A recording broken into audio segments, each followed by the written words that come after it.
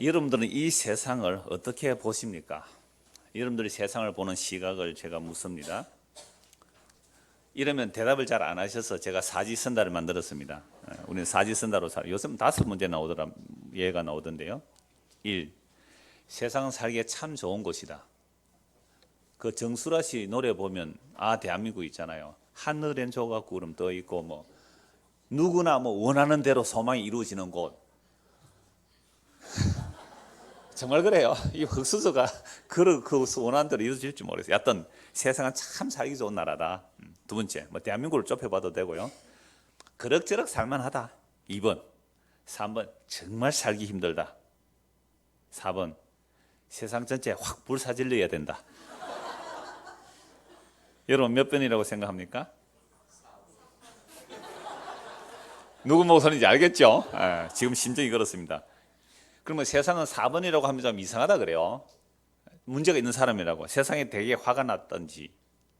자, 그런데 4번 같은 생각 들 때 있지만 그래도 숨쉬고 살아가잖아요. 그래서 사람은 이렇게 말하죠. 개똥밭에 굴러도 이승이 낫다고. 이승이란 말은 이생을 말이 이제 언어가 이렇게 전달되면서 이성 이렇게 이생. 저승보다 낫다 생각을 하죠. 그래, 악인이 아무리 많아도 그래도 뭐 선한 사람이 많기에 살만한 세상이다 라고만 그냥 그럭저럭 그렇게 살아갑니다. 그렇다면 하나님은 이 세상을 어떻게 보실까요? 하나님께서 이 세상을 보실 때 어떻게 보실까요? 대부분의 사람들은 하나님은 사랑이시기 때문에 그래서 독생자를 보냈다고 생각하죠. 요한복음 3장 16절 너무 잘 알아요. 하나님이 세상을 이처럼 사랑하사 독생자를 주셨으니 누구든지 이는 저를 믿는 자마다 멸망치 않고 영생을 얻게 하렵니다. 그래서 예수 믿기만 하면 영원한 생명 얻는다. 참 좋은 하나님이잖아요. 자기 독생자를 아낌없이 보내시고 십자가에 죽기까지 하셔서 그 예수 믿기만 하면 영생 얻는다. 그런데 앞에 보면요, 멸망치 않고 영생을 얻게 하렵니다. 그러면 예수님 안 믿어도 멸망하지 않고 영생을 주셔야 진짜 사랑의 하나님 아니세요? 그렇잖아요. 하나님은 사랑해서 세상을 이처럼 사랑하사 독생자를 주셔서 누구든지 예수를 믿으면 구원한다 했으면 그냥 멸망치 않고, 그러니까 멸망이라는 말이 나옵니다. 우리는 멸망이라는 말 요한복음 3장 16절 외우면서 멸망의 말 별로 안 신경 안 써요. 그저 멸망, 세상에서 힘들고 어렵게 사는데 예수 믿으면 건강해지고 복받고 뭐 잘되고 이런 쪽으로만 얘기를 해요. 그건 아직도 멸망이 뭔지 구원이 뭔지를 잘 모르는 거죠. 그래서 하나님께서 이 세상을 보실 때에 어떻게 보실까 말입니다. 예수를 믿지 않으면 왜 멸망합니까? 하나님이 사랑한다면 아무도 멸망치 않아야 되는데 왜 멸망한다는 말씀을 하시는 거예요? 그러면 예수를 믿지 않는다고 왜 멸망시켜야 합니까? 도대체 하나님이 세상을 어떻게 보시느냐? 그 질문의 답이 오늘 본문에 나와요. 오늘 본문 33절 보십시오. 다른 한 비유를 들어라. 다른 한 비유를 들어라. 그럼 앞에서 비유를 하나 얘기했다는 거잖아요. 앞에서 한 비유가 뭐예요? 두 아들 비유죠. 그러니까 두 아들 비유를 하신 말씀이 뭐예요? 예수님께서 성전에서 장사하는 사람들 둘러 엎어버리고 쫓아내버리고 말씀을 가르치니까 도대체 무슨 권위로 네가 여기서 이렇게 하느냐라고 했을 때 예수님께서 질문하죠. 그들에게. 대제사장과 장로들과 서기관 바리새인들, 사내들은 공회원들의 그 권위를 가지고 예수님이 질문, 너 누가 여기서 설교하라고 했느냐? 너 누가 성전에서 이렇게 뒤집어 엎으라고 했느냐? 네 권위가 어디 있느냐라고 물었단 말이죠. 그랬을 때에 예수님께서 대질문합니다. 그렇다면 나도 너희에게 묻겠다. 세례 요한의 세례가 하늘로부터 왔느냐 사람으로부터 왔느냐? 하늘로부터 왔다라고 대답을 하면 이 사람들이 왜 예수를 믿지 않느냐 할 것이고, 사람으로부터 왔다라고 하면 사람들이 세례 요한을 선지자로 알기 때문에 돌 맞을 것 같으니까 자기들끼리 의논해서 모른다고 대답했죠. 그랬을 때에 예수님께서 첫째 비유가 두 아들에 대한 비유죠. 그래서 큰 아들에게 포도원에 가서 일해라 그러니까 아들이 예 가겠습니다 하고는 가지 않았습니다. 근데 둘째 아들은 야 포도원에 가서 일해라 하니까 안 갈래요 했다가 나중에 뉘우쳐서 포도원에 가서 일했습니다. 누가 아버지 말에 순종했습니까? 큰 아들입니까? 작은 아들입니까? 작은 아들이죠. 이 말씀을 하신 결론이 예수님이 뭐냐 하면 지금 바리새인, 대제사장, 서기관, 백성의 지도자라 하는 이런 사람들은 큰 아들이에요. 하나님을 잘 말씀 믿는다고 입으로는 순종한다고 잘했지만 실상은 하나님을 믿지 않았던 거예요. 아버지 말에 순종 안 한 겁니다. 그러니까 둘째 아들들은요 안 해요. 아주 못된 아이로 드러나지만 결국 뉘우쳐서 순종했다. 이걸 무엇의 기준을 두느냐면 세례 요한이 의도를 전파했죠. 회개하라, 천국이 가까이 왔다. 우리는 아브라함의 자손인데 종이 된 적이 없는데 회개하라. 우리는 모세율법을 다 지켰는데 뭐 회개할 게 없는데 이런 사람들이 누구예요? 대제사장들, 서기관들, 바리새인들, 백성의 지도자들. 그런데 세례 요한의 외침을 듣고 회개한 자들이 누구예요? 세례를 받은 자들은 누구예요? 죄인들, 세리들, 창기들. 이런 자들은 회개했단 말이에요. 그래서 예수께서 뭐라고 말씀하세요? 바리새인, 서기관, 대제사 이들을 보고 너희들보다 세리와 창기가 먼저 하나님 나라에 들어간다. 하나님의 나라라는 것은 회개에서 들어가는 나라란 말이죠. 회개라는 말은 자기 행위를 부인하고 자기 의로움을 포기하고 예수님을 믿는 것이 회개입니다. 그러나 세리와 창기들은 자기들이 자타고 공연한 죄인이잖아요. 그래서 세례 요한의 증언을 받아들였다는 말은 예수를 믿었다 이 말입니다. 세례 요한은 구약의 마지막 선지자로서 보라 세상지를 지고는 하나님의 어린 양이라고 증거했기 때문에 세례 요한의 증거를 받는다면 예수를 믿어야 되는 거죠. 그래서 세리와 창기도 예수를 믿어서 하나님 나라에 들어간다. 그러나 너희들은 예수를 믿지 않았기 때문에 너희들은 못 들어간다는 말씀이거든요. 이 말씀을 들은 이들이 얼마나 화가 났을까요? 자, 그렇게 말씀하시고 또 비유로 말씀하신 것이 오늘 읽은 본문이에요. 포도원의 악한 포도원 빈구. 그 다음에요 22장 1절도 한번 보십시오. 22장 1절 예수께서 다시 비유로 대답해 이르시되 세 번째입니다. 다음 주에 보는 내용인데요. 그러니까 세례 요한의 증언을 받아들인 사람들은 어떤 사람이에요? 자기들이 죄인인 줄 알고 예수님을 믿어야 의롭다는 받습니다 하고 예수 믿는 자들이에요.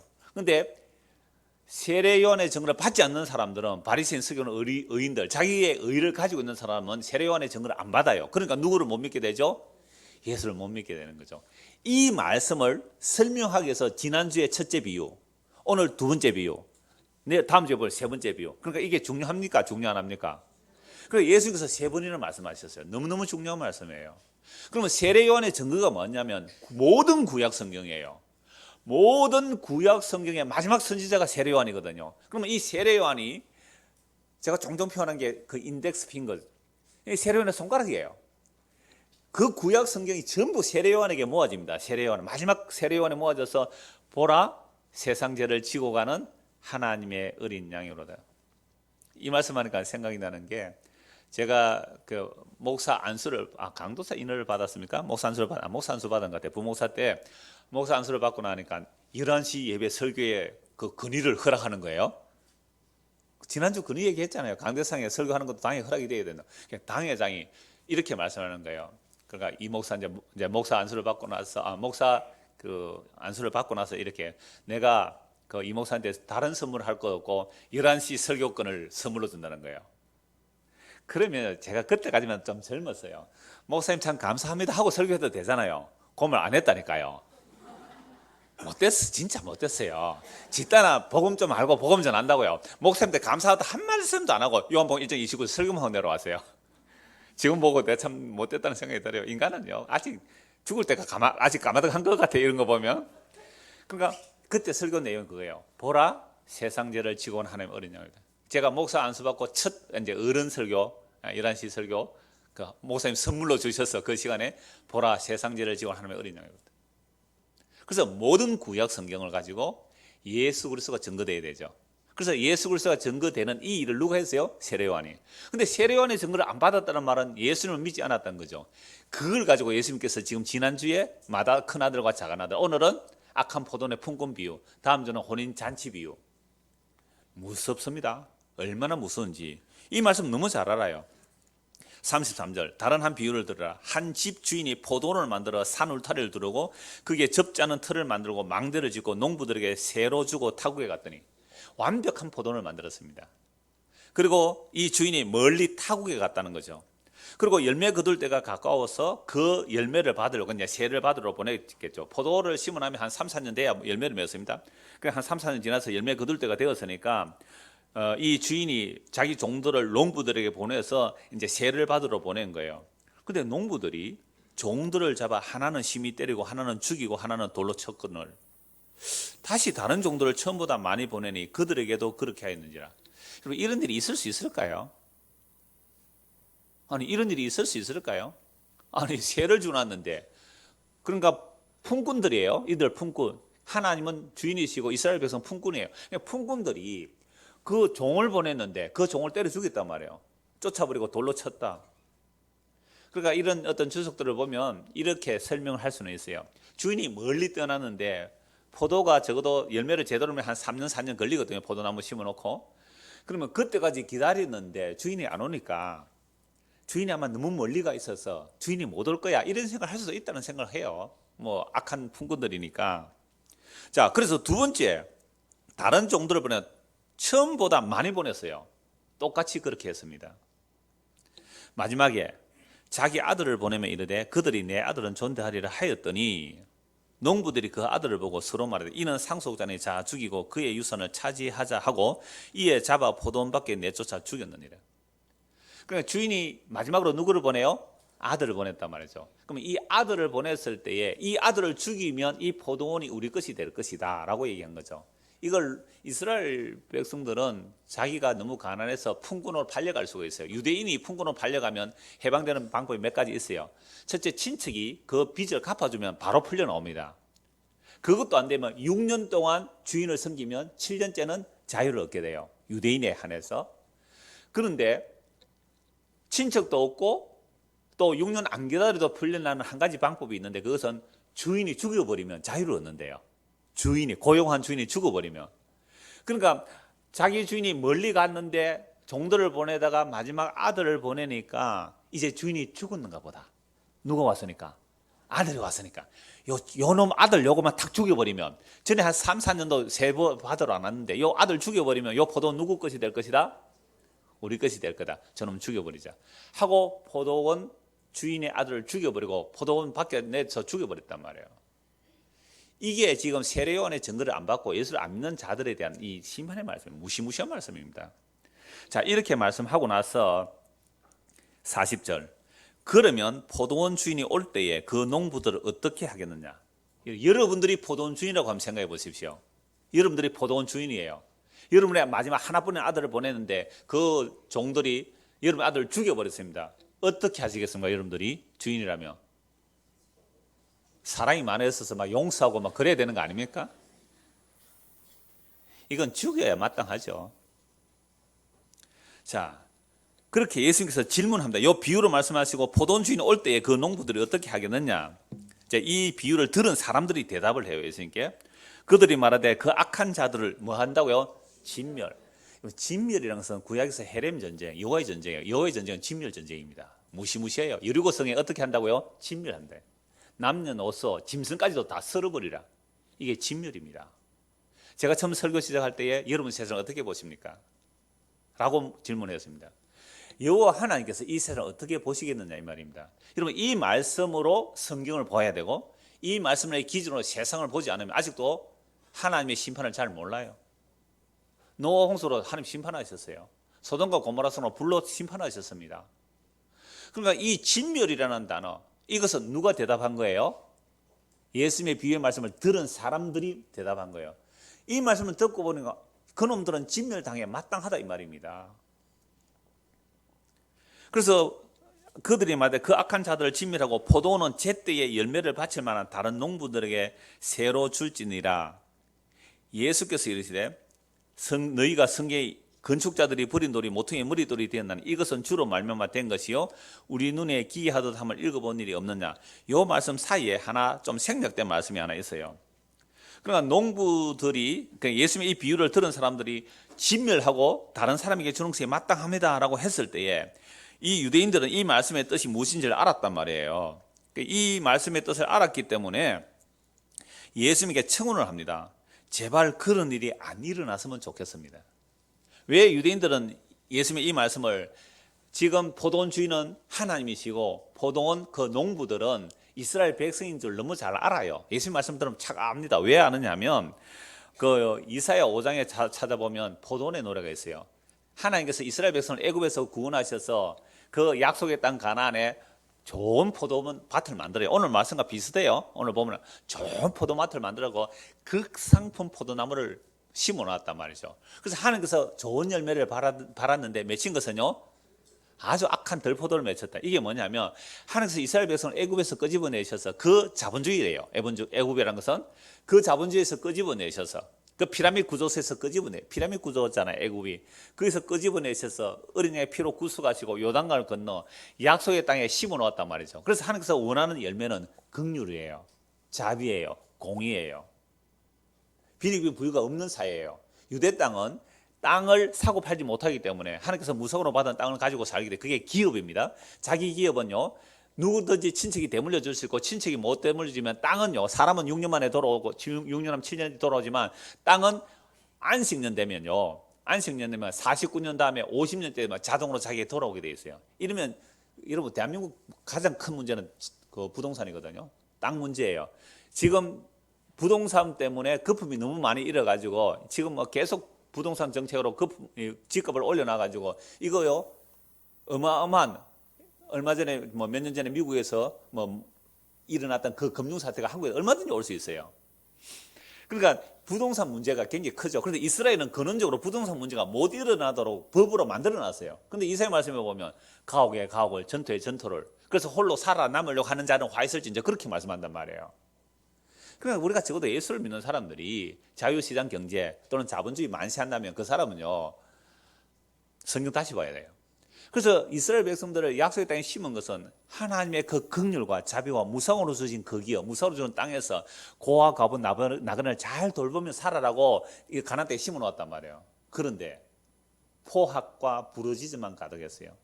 빈익빈 부익부만 가득해졌습니다. 이런 땅 애굽이라는 거죠. 그래서 이런 땅 하나님께서 심판해 버립니다. 그래서 북이스라엘 망하고 남유다가 망해요. 그게 바알 신앙이에요. 그게 자본주의예요.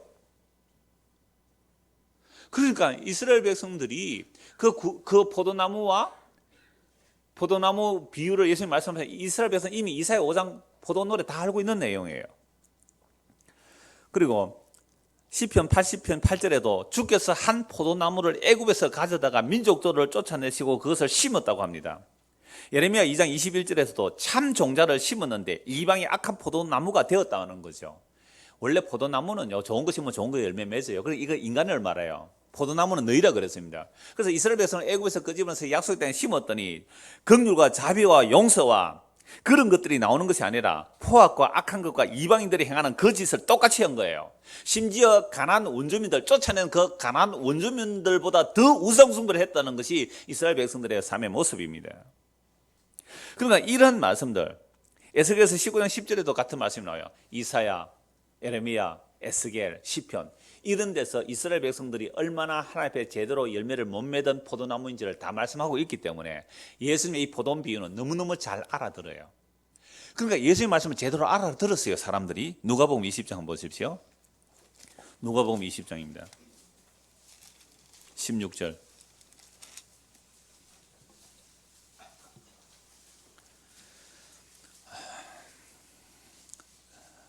15절. 포도원 밖에 내쫓아 죽였느니라. 그런즉 포도원 주인이 이 사람들이 어떻게 하겠느냐 예수님 질문하시죠. 마태복음 갔습니다. 누가복음에서 좀 더 상세히 나오는 내용이 이건데요. 와서 그 농부들을 진멸하고 포도원을 다른 사람들에게 주리라 하시니 사람들이 듣고 이르되 그렇게 되지 말아지이다 하거늘. 이게 뭐예요? 그런 일이 안 일어났으면 좋겠습니다. 지금 이스라엘 백성들이 장차 누구를 죽일 거예요? 아들을 죽일 거잖아요. 진짜 아들을 죽일 거예요. 그러니까 이 사람들이 아들을 죽여버리면 우리는 다 진멸당하는데 그런 일이 안 일어났으면 좋겠습니다라고 예수님께 청원을 하는 거예요, 지금. 그러니까 예수님이 이 비유를 알아들어요, 못 알아들어요? 사람들이 알아들었습니다. 그러니까 우리가 유대인들은 너무 잘 알아들은 거예요. 아, 하나님께서 우리를 포도나무로 심어놨는데 우리가 맺힌 것은 뭐만 맺혔어요? 악한, 먹지 못하는 하나님의 긍휼과 자비와 사랑과 용서가 나온 것이 아니라 시기와 질투와 경쟁과 수군됨과 정죄와 비판과 판단과 그런 것만 나왔다는 거예요. 우리 장로님 기도할 때 그 얘기 있잖아요. 작년 한 해 그런 열매 맺었는데 올해는 좀 좋은 열매 맺기를 원합니다. 주님께서 우리 보고 올해도 너희도 똑같다 이렇게 하실 거예요. 그러니까 이런 모습이 이스라엘 백성도 있는데 이스라엘 백성들은 겉으로 율법 지킨다면서 자기는 좋은 열매 맺었대요. 안식일을 지켰습니다. 11조를 했습니다. 모든 절기를 지켰습니다. 구제했습니다. 선교했습니다. 다 했습니다. 그러나 어렵죠? 어렵죠. 그래서 나는 하나님 나라 들어갈 수 있죠. 저 세리와 죄인들 쟤들은 못 들어와요. 유대인들 율법도 모르는 저들 못 들어오고 이방인도 못 들어와요. 우리만 들어갈 수 있지요. 이 말씀에 예수님은 세례요한이 이미 말했잖아요. 돌들로도 아브라함 자손 만들 수 있다. 회개하라 회개하라. 세례요한의 해결 한 가지였어요. 예수 내 뒤에 오시는 그분은 나보다 앞선 분이신데 그분을 믿어라. 나는 물로 세례를 주거든요. 그분은 불과 성령으로 세례 줄 뿐이고 그분은 타작마당에 지금 타작하러 오셨다는 겁니다. 그래서 2000년 전에 이미 추수 때예요. 예수를 믿으면 추수가 되지만 예수를 믿지 않으면 그건 심판이에요. 이런 추수를 제대로 교회가 안 하니까 신천지가 추수하러 다니잖아요. 엉터리 추수를. 교회가 이런 종말론적인 추수를 늘 전해야 됩니다. 이미 예수님이 십자로 다 이뤘다는 그 사건은 종말이에요. 그래서 십자에 죽으시고 성령을 보내시니까 다 이룬 성령이 왔으니까 그래서 2000년 전부터 성령이 임한 자는 항상 무슨 생각으로 살아가요? 종말의 생각으로. 십자가에서 다 이루었다는 그 영이 임했다면 반드시 종말론적 시각으로 보게 돼 있어 말이에요. 그래서 세상을 볼 때 아까 제가 처음 질문이 그거였잖아요. 이 세상 어떻게 보입니까? 우리가 말씀을 듣고 예수님의 말씀을 듣는다면 예수님의 시각으로 하나님의 시각으로 세상을 보는 거예요. 그러면 이 세상 어떻게 해버린다고요? 진멸입니다. 헤렘 전쟁이에요. 남녀노소 짐승까지도 죽여버리는, 심지어 완전히 썰어버리는, 여리고성 완전히 무너뜨리고, 그게 진멸 전쟁이에요. 여러분 이거 무섭지 않습니까? 오늘도 낯선 사람이 굉장히 많아 보이는데요. 소문 듣고 오셨어요? 여기 오면 뭐 복 받는다고 왔습니까? 뭐하러 왔었어요? 진멸입니다. 진멸이에요. 너무너무 예수님의 말씀이에요. 그러니까 이 말씀을 들은 자들이 너무 놀래가지고 제발 그런 진멸이 안 일어났으면 좋겠습니다라고 했을 때에 예수님이 하신 대답이 42절, 오늘 보면 42절입니다. 예수께서 이르시되 너희가 성경에 건축자들이 버린 돌이 모퉁이의 머릿돌이 되었나니 이것은 주로 말미암아 된 것이요 우리 눈에 기이하도다 함을 읽어본 일이 없느냐라고 말씀하는 거예요. 이게 시편 118편 내용입니다. 이거는 한번 찾아봐야 됩니다. 시편 118편 한번 찾아봅시다.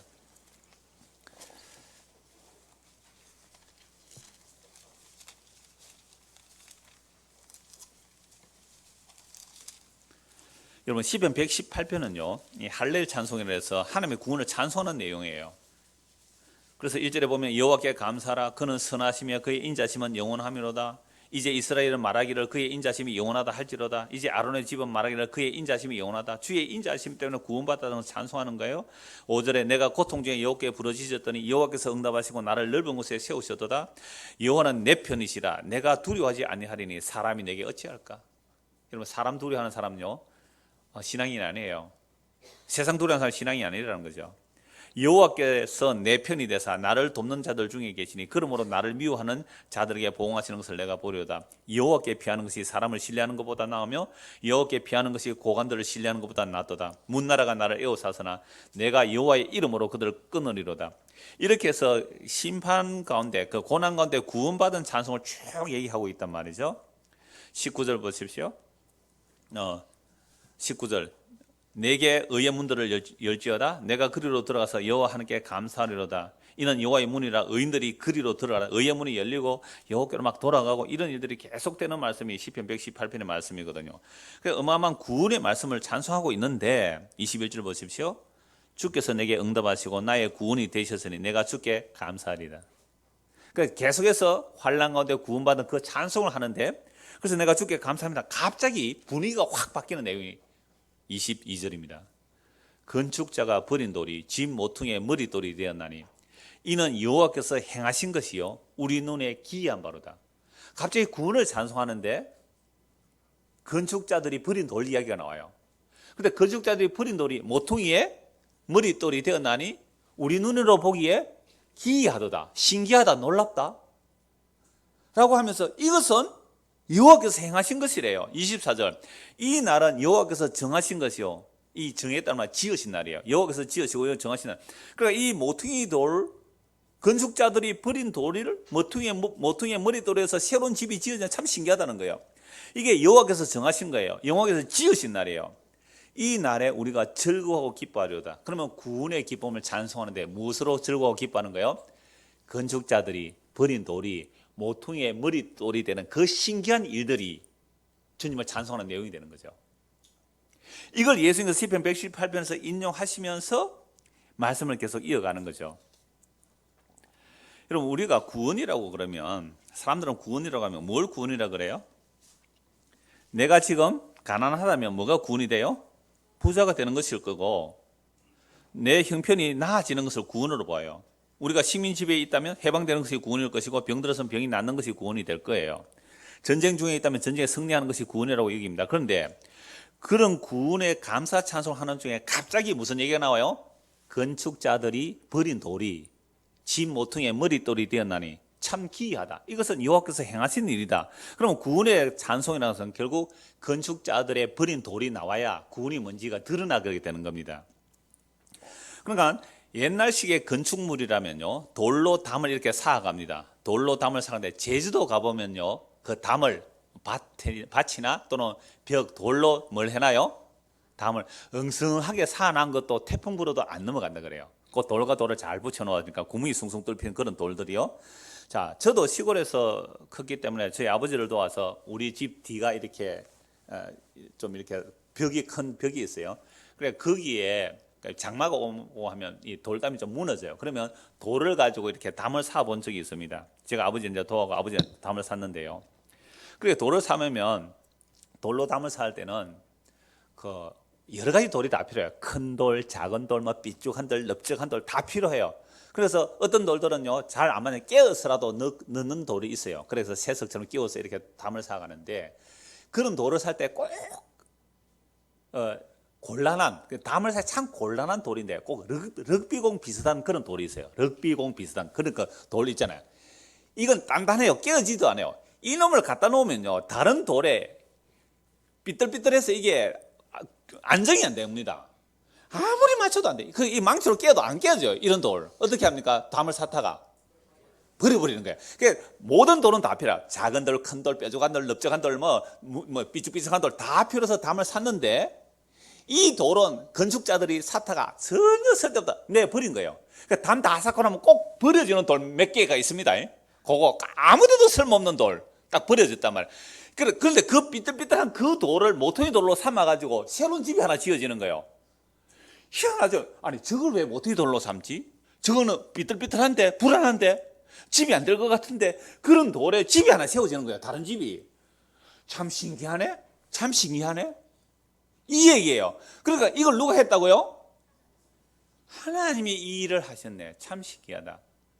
이 이야기예요. 여러분, 우리도 다 건축자들이에요. 우리 각자가 건축자들 아닙니까? 나 건축 자격증 없는데요. 아니, 우리 인생의 건축 말입니다.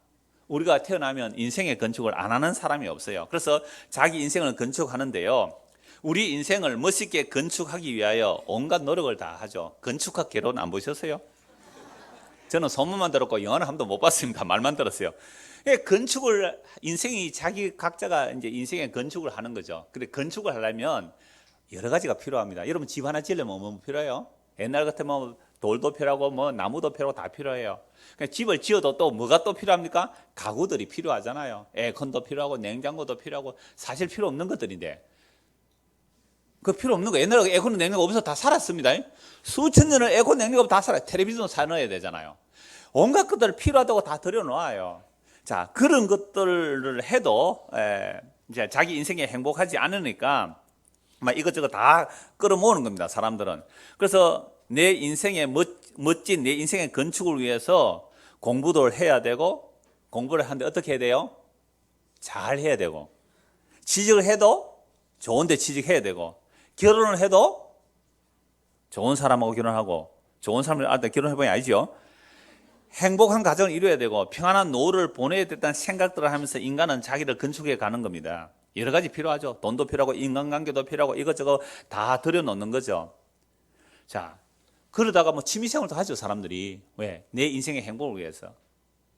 그런데 그렇게 살다 보면 어떤 사람이 그것만 가지고 되는 게 아니고, 근원적인 가장 높은 가르침, 마루종자거든요. 가장 높은 가르침 종교예요. 종교도 꼭 필요해. 진짜 힘들고 어려울 때는 누가 나의 친구가 되어주지?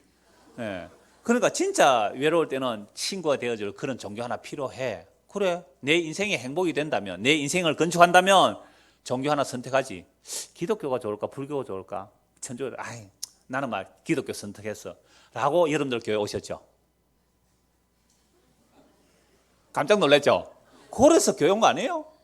세상 사는 것도 좀 어렵고 힘들 때 좀 도움을 얻고, 그죠? 위로도 받고, 좀 토닥토닥 해주고, 죽어서도 어디 가고 싶어요?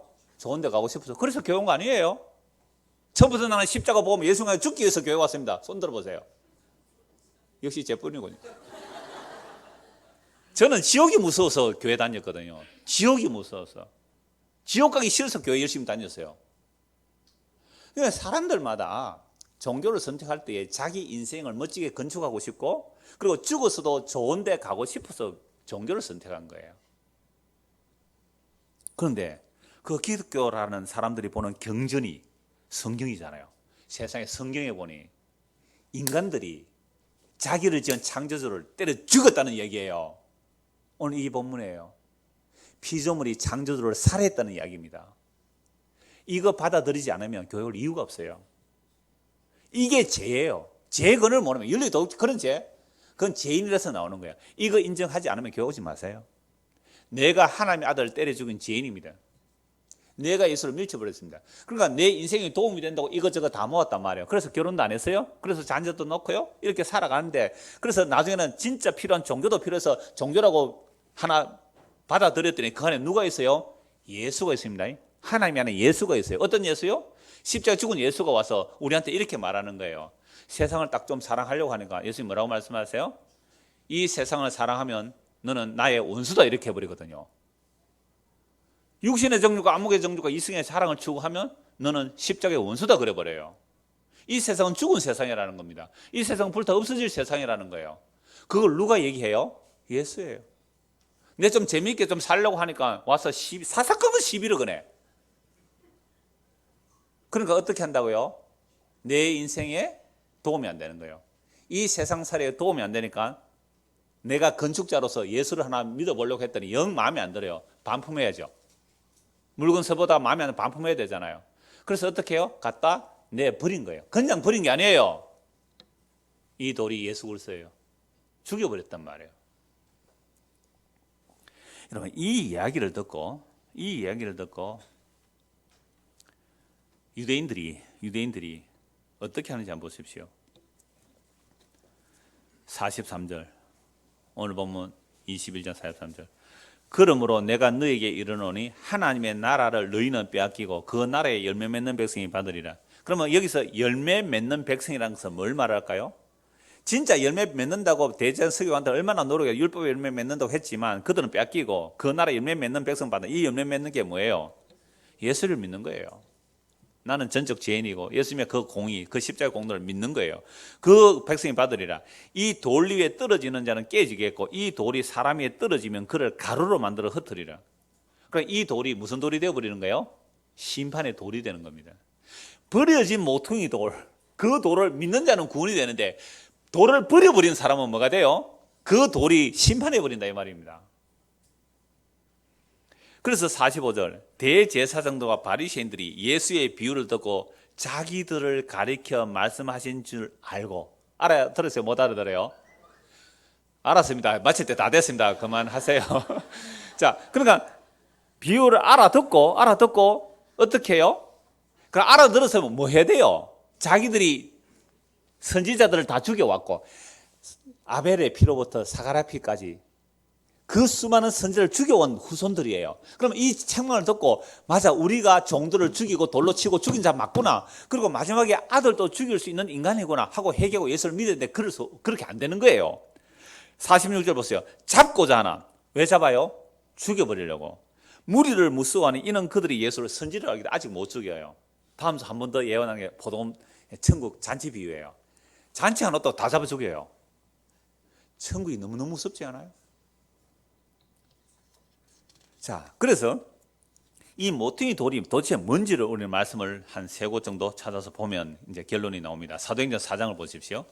사도행전 4장입니다.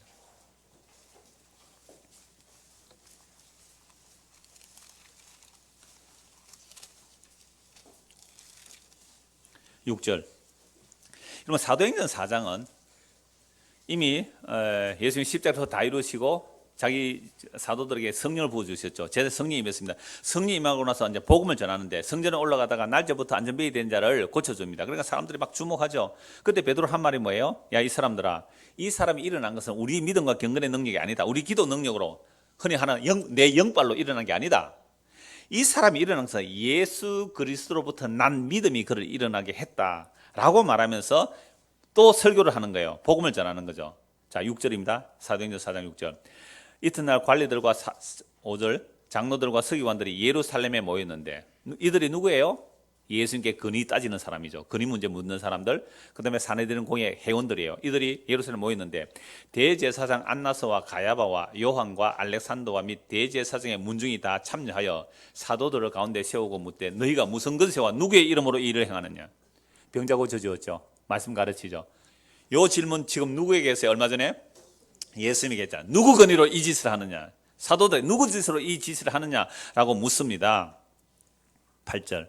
이에 베드로가 성령이 충만하여, 성령이 맺죠? 성령이 충만하여 이들의 백성의 관리들과 장로들아, 만일 병자에게 행한 착한 일에 대하여 이 사람이 어떻게 구원을 받았느냐고 오늘 우리에게 질문한다면 너희와 모든 이스라엘 백성들은 알라. 너희가 십자가에 못 박고 하나님의 죽은 자 가운데서 다시 살리신 나사렛 예수 그리스도의 이름으로 이 사람이 건강하게 되어 너희 앞에 섰느니라. 그러니까 지금 이 사내들 공회원들, 이 사람들은요, 사도들이 전하는 이 복음을 받아들이면 자기들이 뭐가 되는 거예요? 하나님을, 창조주 하나님을 살해한 죄인으로 드러나잖아요. 그러니까 어떻게 하든지 이 사도들의 입을 틀어막고 사도들을 다 죽여버려야 되겠죠. 그렇게 달려간 사람이 바울이기도 하고요. 이건요, 종교가 아니에요. 우리가 정성 바쳐 신에게 뭘 갖다 바치거나 신으로부터 뭘 받는 얘기가 아니란 말이에요. 그 유대 종교가 어떤 꼴로 나가는지 한번 보라 이 말입니다. 세상의 종교가 그 꼴이 어디로 가는지. 성령 충만한 베드로가 설교하는 거예요. 이스라엘의 백성들아, 너희가 알아라. 너희가 십자가에 못 박고 하나님이 죽은 자 가운데 살리신 나사렛 예수, 너희가 십자가에 죽은 예수, 그 예수 그리스도의 이름으로 이 사람이 건강히 되어 너희 앞에 섰느니라. 11절. 이 예수는 너희 건축자들의 버린 돌로서 집 모퉁이의 머릿돌이 되었느니라. 놀라운 말씀이죠. 시편 118편 말씀을 누가 인용했어요? 오늘 본문에서는 예수님께서. 그러니까 아이고 아들을 죽이면 우리가 안 되지요. 그런 일이 안 일어나면 좋겠습니다 했을 때 예수님 뭐라고 말씀하세요? 그렇다면 시편 118편에 건축자들이 버린 돌이 모퉁이 머릿돌이 되리라는 그 말씀이 어떻게 되겠느냐? 그러면 나는 너희 손에 죽어야 돼. 너희들이 나를 죽여야 돼. 이 말씀이에요. 그래서 예수님은 결국 십자가에 못 박혀 죽는 것은 그 시편 118편의 건축자들이, 유대인들이 건축자들이에요. 오늘 우리가 건축자들이에요. 싫다고 버려버렸어요. 그게 십자가 사건이란 말이죠. 그래서 버렸으니까 나는 당신을 버리고 나는 당신을 살해했습니다. 이걸 복음 전하는 자들이 전하는 거예요. 나 2000년에 안 태어났는데요. 선악과 따먹다는 나는 선악과 안 따먹은데요. 인간은 하나예요. 인간은 하나예요. 아담 안에 한 인간뿐이에요. 한 인간. 그런데 아담 외에 한 인간은 예수뿐이에요. 그래서 우리가 아담 안에는 죄와 사망의 왕노로 돼요. 그래서 모든 사람은 아담의 확장일 뿐입니다. 아담을 쭉 늘여놓았단 말이에요. 그게 성경 표현은 우리가 제가 57년 전에는 우리 아버지 허리 속에 있었어요. 우리 아버지 허리 올라가면 전부 아담의 허리에서 나왔잖아요. 그러니까 우리는 다 한 아담이에요. 세상 두 종류 인간밖에 없어요. 아담 안에서 죄와 사망의 왕노릇하고요.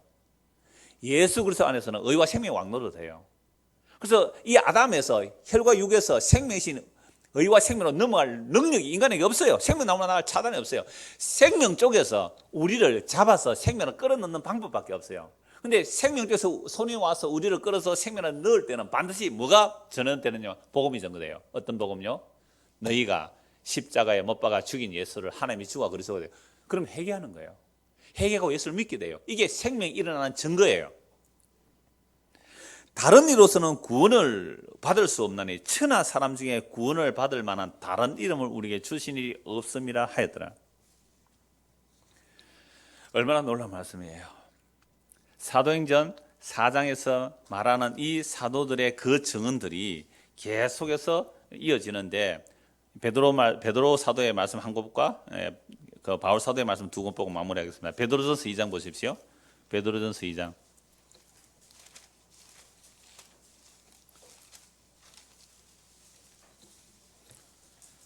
베드로전서 2장 1절입니다.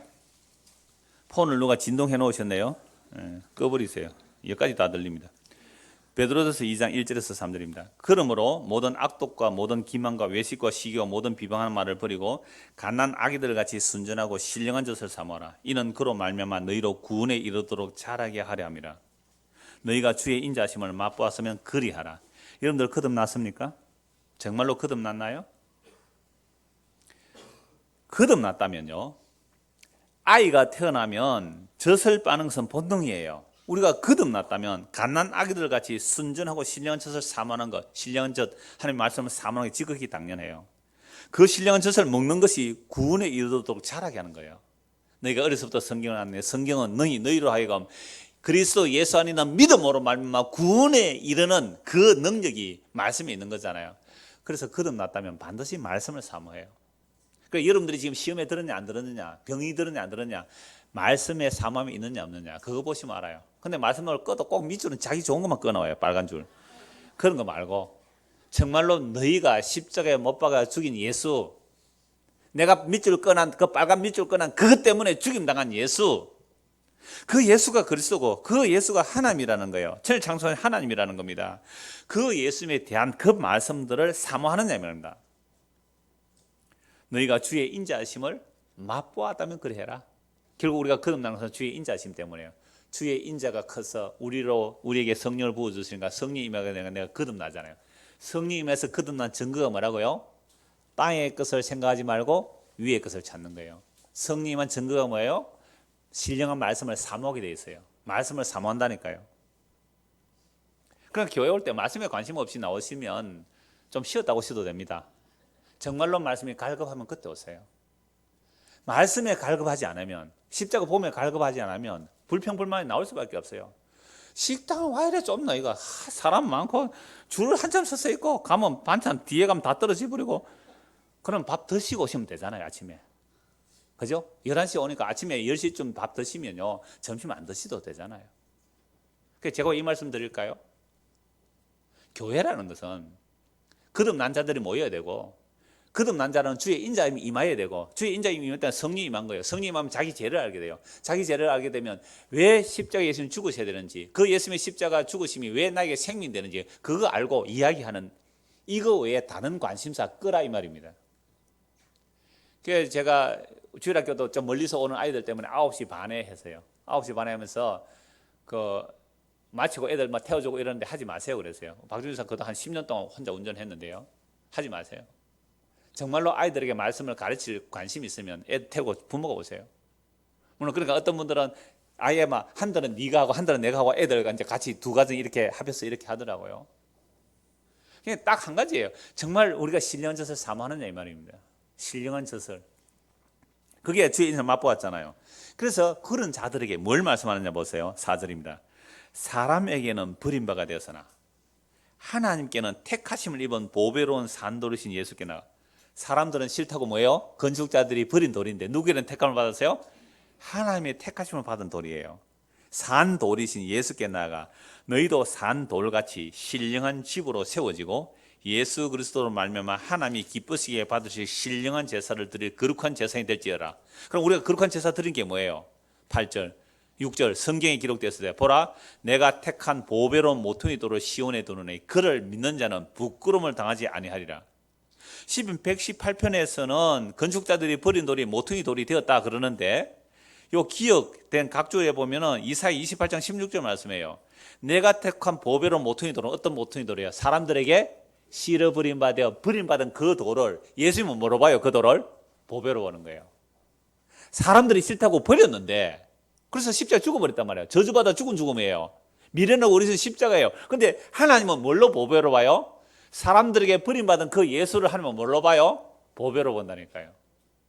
그러니까 하나님이 자기 아들을 보배로 보고, 그러면 자기 아들을 죽인 세상은 뭐로 보일까요? 하나님은 불태워 없애버릴 원수들이에요. 원수들. 진멸의 대상이에요. 그러니까 사람들이 싫어버림받은 그 예수. 그러니까 교회는요 어떤 예수 전해야 돼요? 여러분들이 싫다고 다시는 안 오는 그런 설교. 내가 널 부르게 다시는 오는 거 봐라. 내가 다음 주부터 절대로 안 올 거야. 그런 예수 내가 왜 믿어? 그런 예수만 골라 전해줘야 그게 복음 설교하는 거예요. 그래서 앞으로 좀 더 독하게 해야 되겠다는 생각이 들었어요. 왜? 자리가 좁아서. 괜히 사람 많으면 또 뭐, 헌금회가 예배당 진짜 하면 얼마나 돈 또 나가야 되잖아요. 우리는 하나님보다 돈이 좋은 사람들인데. 그러니까 내가 택한 보배로운 모퉁이 돌을 시온에 두니 그를 믿는 자는 부끄러움을 당하지 아니하리라 하였으니 사람들이 싫다고 했어요. 버리는데 하나님은 보배예요, 그게. 그러므로 믿는 너희에게는 보배이나 믿지 아니하는 자에게는 뭐예요? 건축자들이 버린 그 돌이 모퉁이의 머릿돌이 되고, 오늘 본문의 말씀이고요. 그 다음에 또 디귿, 미역 각주본 이사야 8장 10절, 부딪히는 돌과 걸려 넘어지게 하는 바위가 된다. 돌 하나가 세 가지 역할을 해요. 하나는 뭐예요? 믿는 자들에게는 구원의 능력이 되고, 믿지 않는 자들에게는 뭐예요? 걸려 넘어지는 돌이 되고, 하나님께는 뭐가 되고요? 보배로운 돌이 되고. 이 예수님만 전하면 돼요. 여러분들 복음 전할 때 이 예수 전해요. 예수 왜 믿으려고 그래요? 예수는요, 사람이 환영하는 예수가 아닙니다. 당신이 아는 예수 틀린 예수예요. 성경에서 말하는 예수는 너무너무 사람들이 싫어가지고 버려버린 그 예수예요. 당신 사람들이 버려버린 그 예수 믿겠어요? 이걸 전해야 되잖아요. 사람들이 버려버린 그 예수.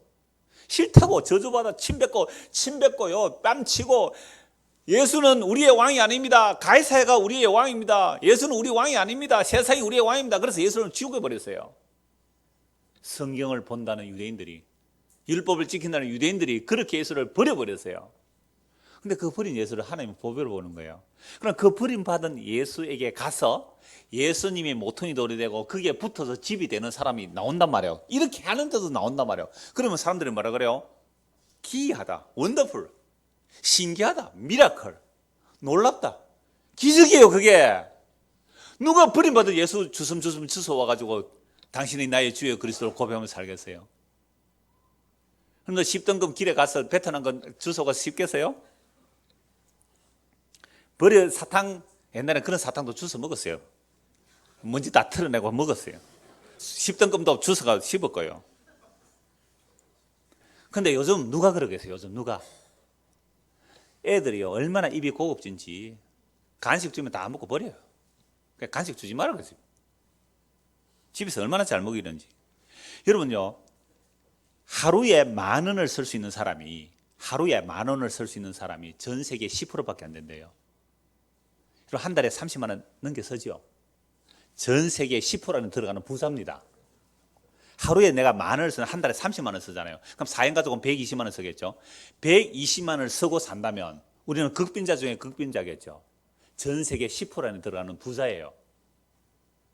별로 뭐 동의를 안 하는 눈치인데. 여러분, 전 세계 인구를 100명으로 줄이면 100명으로 대학을 나오면요, 100분의 1이에요. 100명 중에 1명이 대학 들어간 거예요. 그런데도 우리는 자꾸만 더 다고 한다면 어떻게 예수님이 보이겠어요? 사람들에게 실어버림받은 그 예수가 보이겠느냐 말이에요. 그래서 그 돌은 한 돌인데 믿는 자는 부끄러움 당하지 않아요. 영원한 부끄러움 당하지 않습니다. 예수 믿어 영원한 부끄러움 당하지 않아요? 세상 부끄러움 별거 아니에요. 잠시 잠깐 지나가는 게 영원한 부끄러움이 문제잖아요. 예수 믿으면 영원한 부끄러움 당하지 않아요. 근데 믿지 않으면 그게요, 거침돌이 아까 다 깨져, 다 부딪히고 걸려 넘어지는 바위가 돼요. 하나님 보실 때는 다른 거 안 봐요.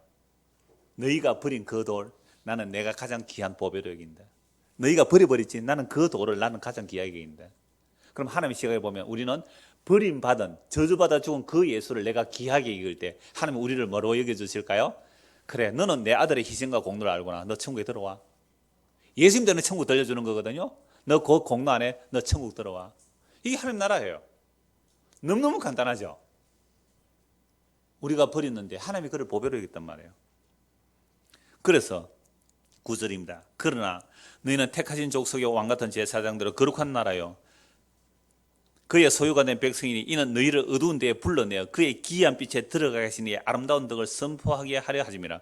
왜 그럼 우리를 이렇게 구원해 주셨어요? 우리가 전에는 어둠의 백성이었어요. 죄와 사망에 갇혔습니다. 그런데 그 기이한 빛, 놀라운 빛, 생명 안을 들여놓았단 말이에요. 이렇게 하신 이의 아름다운 덕, 예수님의 십자가로 죄와 사망에 있는 우리를 그 사랑의 아들에 넘겨준 그 하나님의 아름다운 덕, 그 그리스도의 희생을 선포하는 것, 그걸 전하는 것, 이게 구원하신 이 땅의 사매 백성들의 목적이에요. 너희가 전에는 백성이 아니더니 이제는 하나님의 백성이요, 전에는 긍휼을 얻지 못해 이제는 긍휼을 얻은 자가 되었느니라. 한 곳만 보고 말씀 마무리하겠습니다. 에베소서 2장입니다. 에베소서 2장 20절.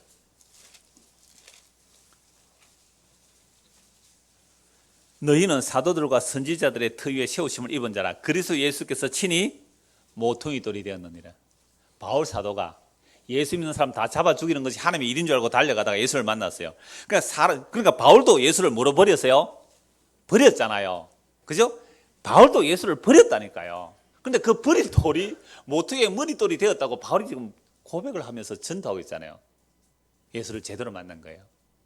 그러니까 사람들이 버린 그 돌이 친히 모퉁이 돌이 되었도다. 그래서 복음은 이거예요. 모퉁이 그의 안에서 버려진 돌 안에서 건물마다 서로 연결하여 주 안에서 성전이 되어가고, 참 기이하죠. 어떻게 십자가 예수를, 그 십자가의 복음을 전하는데도 사람들이 믿는 사람이 있다는 것은 이 사람이 하는 일이 아니거든요. 성령께서 자기 백성들에게 복음 전개해서 주께서 구원하셔야 버림받은 돌에 붙는 자들이 나와요. 버림받은 돌을 믿는 자들이 나와요. 영원한 복음 당하지 않는 거죠. 이들이 뭐가 되는 거예요? 성전이 되는 거죠. 이게 예수님의 그 몸된 성전. 그래서 그 성전된 자들은 그 버림받은 모퉁이 돌, 그 살과 피를 날마다 먹고 마시는 자들이에요. 이래서 성전이 되어 가는데, 너희도 성령 안에서 하나님의 거하실 처소가 되기 위하여 그리스도 예수 안에서 함께 지어져 가는. 그래서 교회는 하나뿐이에요. 그렇지 못는 교회는 하나뿐이에요. 이 집이 제가 볼 때는 다 지어져 가는 것 같아요.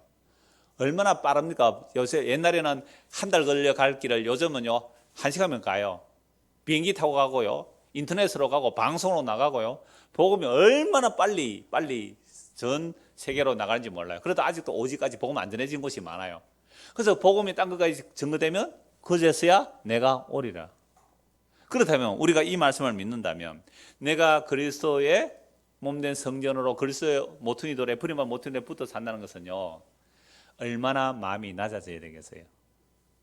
다들 멋진 돌, 성공한 돌, 비전, 꿈, 이걸 바라볼 때에 그런 사람들에 의해서 버림받은, 저주받은 십자가, 침뱉음 당하는 예수, 사람들이 고개를 도리질하고 도망가는 그 돌에 어떤 사람이 마음이 끌리고 그 예수님을 누가 바라보고 믿겠어요?